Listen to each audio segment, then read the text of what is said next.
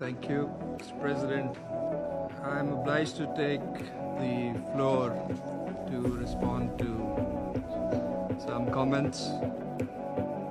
The representative of Israel perhaps did not listen attentively to all council members and other speakers in today's debate.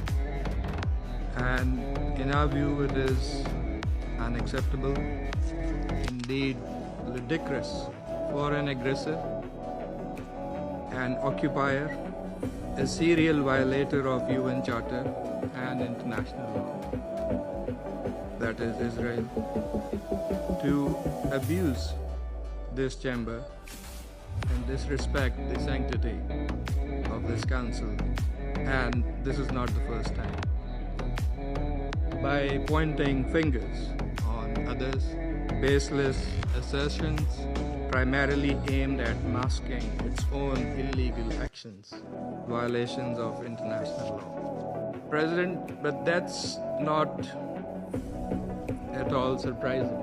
It is an occupier that does not listen to anyone, that does not pay heed to any advice, even from its friends, if there are any left, that refutes, not just refutes, threatens members of the international community, international media, international human rights and humanitarian organizations, doesn't listen to the ICJ or the ICC, threatens the UN and its senior officials, does that with impunity, shielded by its apologists, time and again, its illegal actions and defiance of the international community.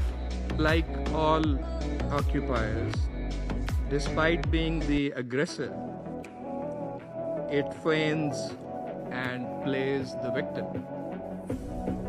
But today, it is totally exposed. President, this council has spent decades discussing the situation in the Middle East and the Palestinian question. After meeting, we devote hours to this agenda. It is not because of anyone else. It is because of Israel that refuses to vacate its illegal occupation, blatantly violates the resolutions of this council. It's because of that we have these discussions. Israel also chose to refer to an unrelated incident, make misleading remarks regarding Pakistan in an effort to justify its own illegal actions, violations of international law. Pakistan's position on that incident has been clearly stated, is publicly available. The international community is well aware of Pakistan's frontline role, sacrifices in the international community's fight against terrorism. The entire world, including our partners, acknowledge that Al-Qaeda was largely decimated due to Pakistan's counterterrorism efforts.